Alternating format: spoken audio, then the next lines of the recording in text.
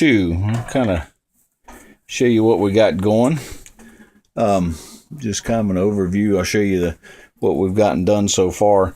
But just to recap, I'm going to be building the assembly of the Star Trek ships, starting with the NX-01 at the bottom. That's the one I'm currently working on, the series version, the movie version, Voyager, 1701D, and Deep Space Nine. I'm going to put them all on a tree, kind of see the silhouette of the tree I'm going to put on there. I venture to say this thing will probably be 4 or 5, maybe 6 feet tall by the time I'm done, at least 5 feet tall, with flashing lights and the whole works. So far, what I've gotten done is I've gotten the main sub assemblies finished, glued together and painted. I didn't want to, I know a lot of people like to fully assemble their models and then mask and paint. But if you can kind of look at all of these windows in here, when I did my 1701 refit, I had a pretty heavy coat of paint and I masked off all the little windows. And when I went to take off the mask, it chipped. I really didn't like the finish. I didn't like the finished product when I was done. Again, that's the little connector that I'm going to use to connect them to the tree. If you haven't seen the first video, it's going to kind of give you a close-up of the inside and the outside of that, in the bottom piece. Couple of things to kind of show you. This right here, there's a piece that goes in here. This little piece right here, it slides down in there. It comes solid, just kind of with an etch of a window. You can kind of see that I went ahead and cut those out. I'll probably square them up a little bit better. But I went ahead and cut those out, and I'm going to drill holes in here, and I'm going to bring light through.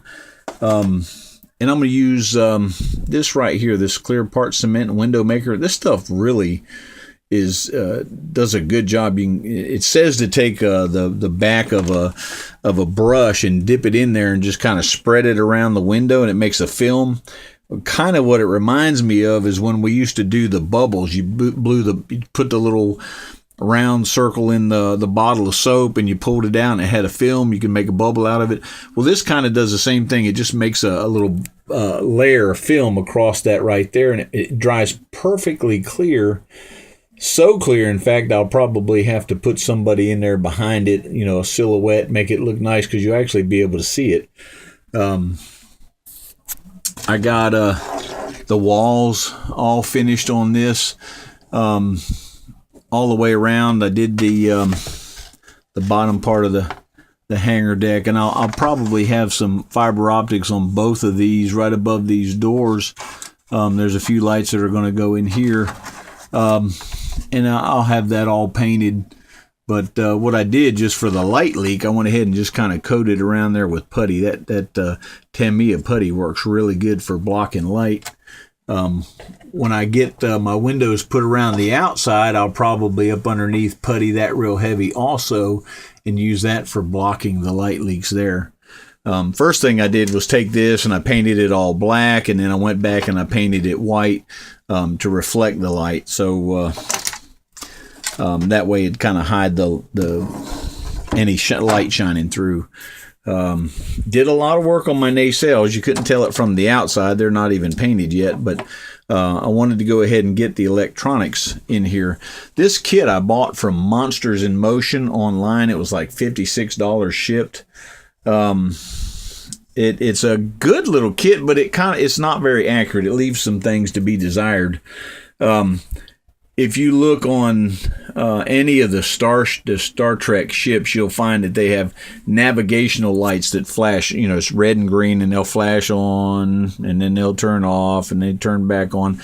And they also have almost a strobe that flashes and flashes and flashes. Well, Trek Modeler online, this guy named Trek Modeler, he built this Federation flasher unit. I think I paid $35 for this. It's a really neat little kit. One circuit is the strobe, one circuit is the navigational lights. There's really not a lot to it. Matter of fact, I went ahead and even made my own.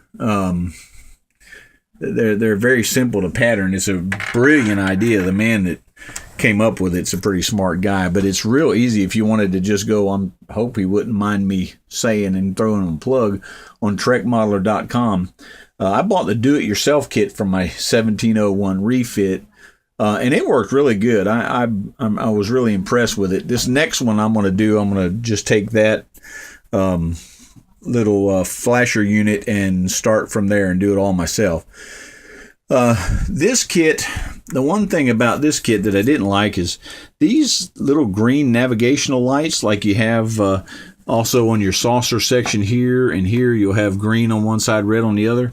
Well, on the nacelles, the red and the green, they just stayed solid, and I thought they were supposed to flash. So I went back online and watched a few clips of Enterprise, and on one clip I noticed that those didn't flash, they stayed solid. So I guess that's accurate, but I watched toward the end of the series when they were fighting the Xindi and they came out with that super weapon that was going to destroy the Earth.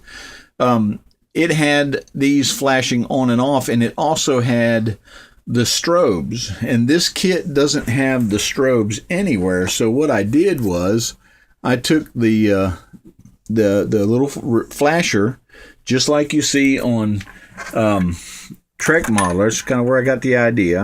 You can buy these things. It's a lot easier if you just buy this on TrekModeler.com than try to go through this, unless you really know a lot about electronics, which I don't. But I realized what he had was this little flasher, and it kind of made that strobe. So I wired in my own little flasher, and I just temporarily soldered this in so you can kind of see the effect. But if you look at the nacelle, there's two little holes here. There's one for the navigational lights, and then one for the beacons. But this kit didn't have the beacon, so I went ahead and incorporated that, and then I'll run, another little circuit to each one of these nacelles. And for the ease, all this was one piece. And I didn't, I wanted to make these. When I made these together, so I didn't know how I was going to just take this one piece and shovel these little boards through that hole. So I went online and I bought these little micro connectors.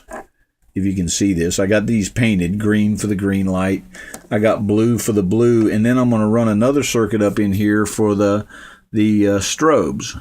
And then I think this thing will be pretty accurate, but I think you'll see when I turn this thing on, it is really a cool little kit. Now, let me show you what I'm talking about. I'm going to turn this thing on. If I can get it to stay on. Bear with me just a moment.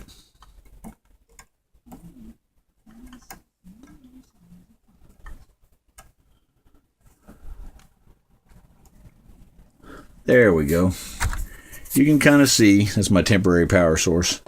These things they spin around that, and when I've got these things frosted, but I don't have them painted red yet. So when I put that on and I paint that a clear red, man, that's just going to really look good. But I got one coat of frosting. I'll probably frost it one more coat. You've got the blue lights, which really show, brilliantly through it. It might be hard to see because of the wash of my camera, but if you were to turn out the lights, that really lights up the whole thing. It really looks good. And then you'll see these would be the navigational lights that blink on and off. These two here go to the saucer, and then, like I said, I wired that in. I cut it off of that circuit board right here, and I just ran a wire and wired it into these. Same thing with the red. I got flashing red there. Let me see if I can get some of these out of the way of what I'm showing you. Anyway, I got my flashing red and my flashing red here that's wired into it.